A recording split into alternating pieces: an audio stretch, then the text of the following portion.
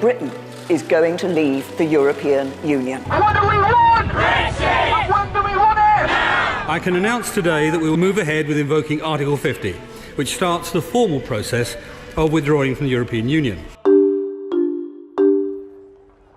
We've voted to leave the EU. We've triggered the infamous Article 50. So we've left, right?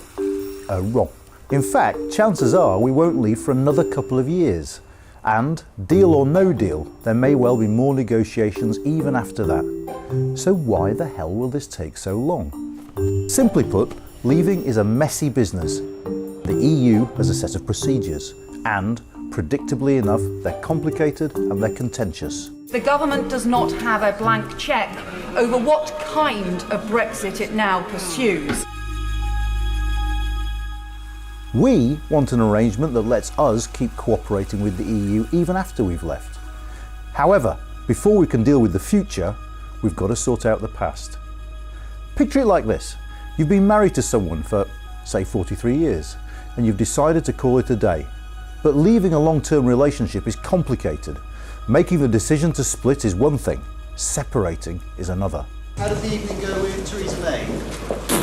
Britain's basically told the rest of the EU we want a divorce, but we won't move out for 2 years and we still want to call the shots. Triggering Article 50 is the equivalent of starting the separation process. And, you've guessed it, it's complicated. Article 50 is about deciding on an awful lot of technical stuff. Not only who gets to keep the kids or, more importantly, the records. In fact, the first negotiation's going to be about what to negotiate. Should the divorcing couple split the overdraft? Should Britain face a bill for its part of the loans made by the EU? And then the fun really begins. The big issue here is money. And in the EU, such discussions can go very wrong very quickly. The UK's exit creates a whole raft of problems for the other member states. We pay more into the EU than we get out, so when we leave, those other states face a choice.